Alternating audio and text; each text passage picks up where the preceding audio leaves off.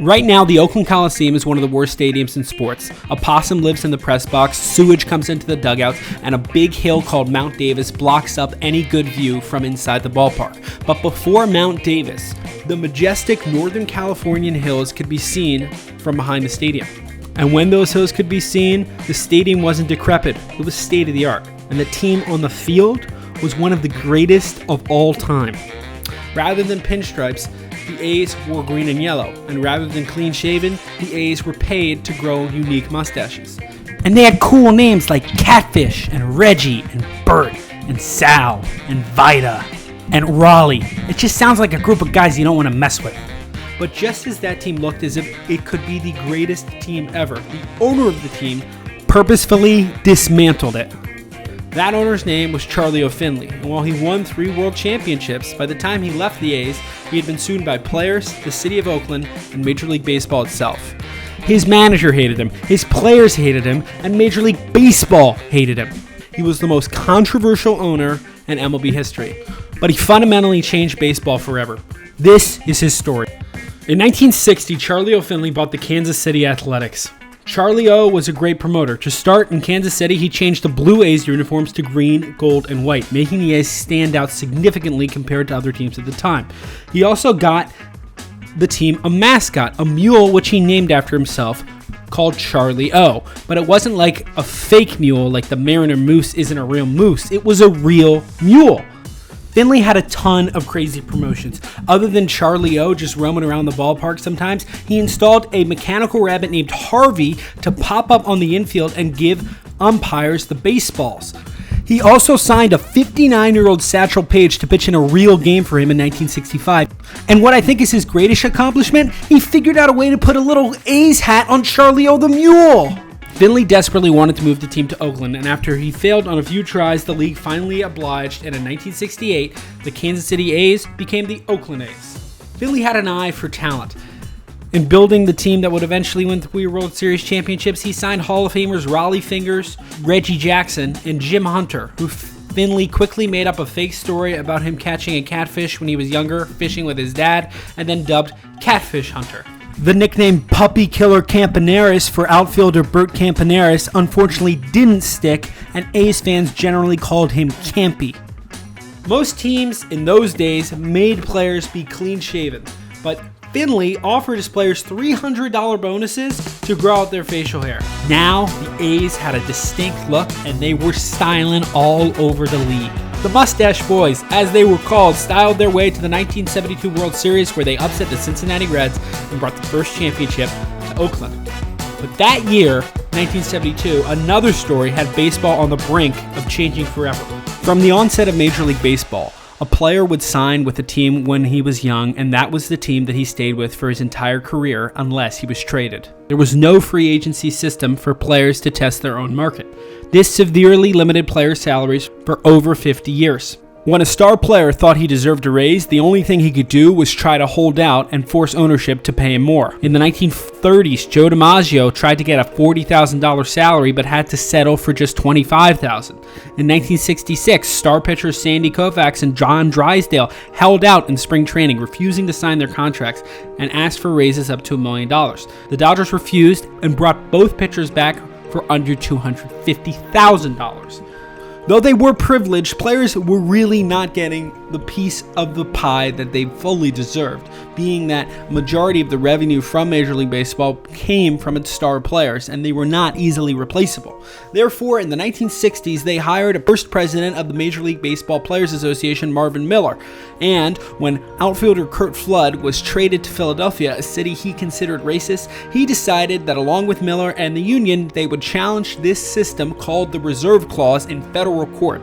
Over 3 years, the case made its way up the federal court system, and finally, in 1972, the Supreme Court of the United States of America desided with the owners and kept that system in place.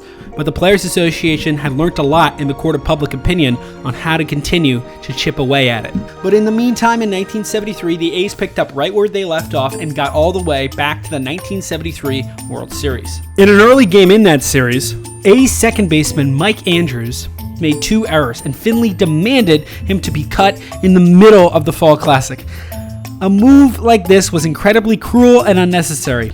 The commissioner of baseball, Bowie Kuhn, reversed Finley's decision to cut Andrews, but Finley still called and demanded manager Dick Williams to not give Andrews another at-bat in the Fall Classic. Instead, Williams put him in the lineup the next game, and he got a standing ovation from the away crowd at Shea Stadium. The A's then won their second championship in a row, but the championship rings were made of a cheap metal, not any diamond or sapphire. And Finley also included a phrase on it that said S plus S equals S, a personal mantra of his that meant sweat and sacrifice equals success. But players thought it meant plus equals more. If you can't tell by now, even though he won 2 World Series championships in a row, Finley was not liked by his players, the city of Oakland, or Major League Baseball's owners. He spent much of his time on a Midwest farm, so in order to keep up with the team and know what was going on, he hired a 13-year-old kid to keep tabs on his own players. The players dubbed him Pipeline because everything they did in front of him would be funneled to Finley. Reggie Jackson dubbed him Hammer because he looked like Hammer and Hank Aaron, and the name Hammer eventually stuck onto this kid that he became the rapper MC Hammer later in life. Another thing that Finley did that put the players against him is that every season he would have to renegotiate contracts with his star players, and every season Finley would undercut their value to an arbitrator so that he would have to pay less. This set the players against him and actually helped unite them in their hatred towards him, which sometimes caused them to play better to prove him wrong. That's exactly what the A's did in 1974 when they won their 3rd straight World Series championship, the first team to do that since the 1950s New York Yankees.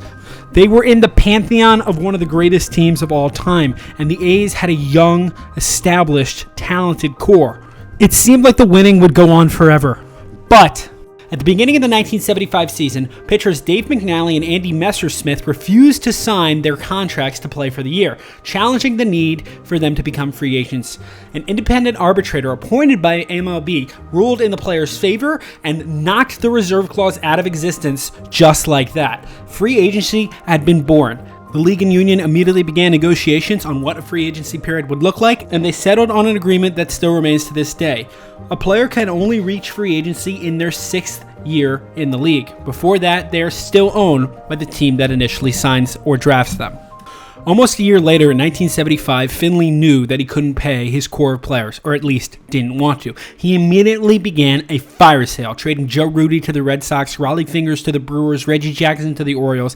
Some of the trades were so egregious in the name of tanking that Commissioner Bowie Kuhn ended up voiding the trades to the Boston Red Sox that Finley had done for pitcher Vida Blue and outfielder Joe Rudi. Finley was irate that the commissioner was getting involved with decisions he had made as league owner and ended up suing Kuhn in federal court, where he eventually lost. In the meantime, the A's attendance tanked, and just 2 years later, in 1977, the A's finished 7th in the AL West with a 63-98 win record, just 3 years removed from a World Championship roster. Charlie O. Finley was now disillusioned and dissatisfied with owning a Major League Baseball team. He sold off the A's in 1980. Finley's legacy is complicated. The players on the 3 World Series championship teams that he built hated him, but that dynasty was one of the greatest teams in baseball history. Finley also had many innovative ideas that continue to influence baseball today. He was one of the main proponents of getting the designated hitter rule added to the American League in 1973.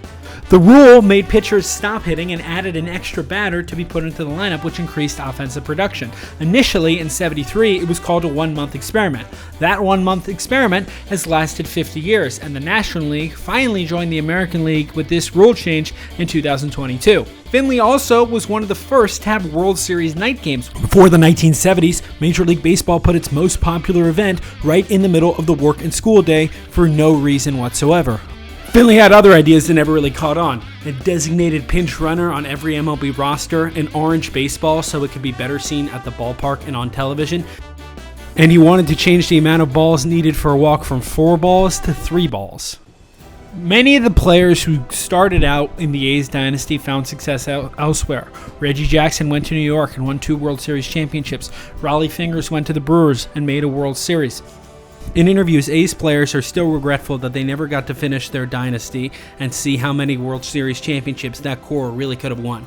But the system that collapsed the dynasty, free agency, made it impossible for a team to do what the A's did again. Players now jumped teams much more regularly, and having a deep talent pool that stayed the same for 5 or 10 years was now almost an impossibility. The Oakland A's fan base never really recovered from Finley swiftly dismantling the 3-time World Series championship team. Though they won another World Series championship in 1989, attendance has consistently been one of the worst in the league, and it doesn't help that the stadium, the Oakland Coliseum, is slowly deteriorating. In 2023, a move to Las Vegas appears imminent. Only one team has won 3 World Series championships in a row since the Oakland A's did it in the early 70s, the 1998, 99, and 2000 New York Yankees. Charlie O. the Mule died in 1976. Charlie O. Finley died in 1996.